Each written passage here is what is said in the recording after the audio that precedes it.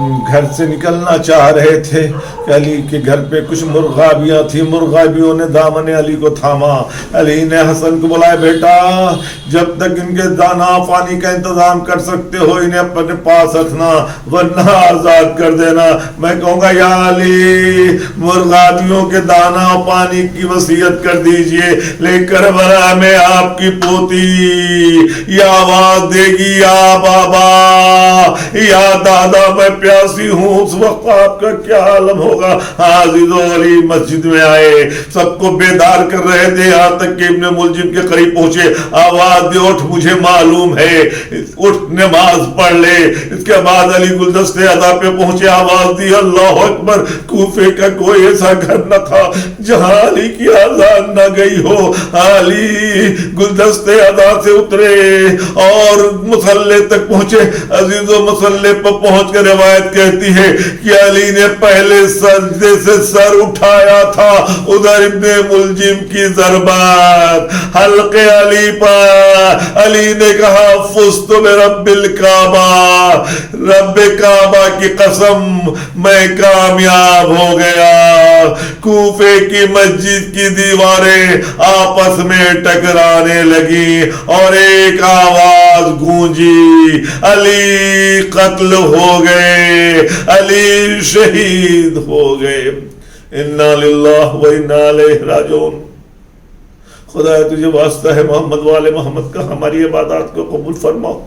خدایا ہم سب کو علی کے محبت والوں میں، محبت کرنے والوں میں شمار فرما. خدایا تجھے واسطہ ہے محمد والے محمد کے ناسوں کو ہم سب کی بخشائش کا ذریعہ قرار فرما. خدایا تجھے واسطہ ہے اس علی کی شب شہادت کی کس مرض ناگہانی سے جو پوری کائنات اس کے اندر ملوث ہے، خدایا اس سے نجات عطا فرما. جو لوگ بیمار ہیں انہیں صحت کاملہ عطا فرما. خدایا اس مرض کو جلد سے جلد نیست و نابود فرما اور عالم انسانیت کو اس سے محفوظ فرما. والسلام علیکم ورحمۃ اللہ وبرکاتہ.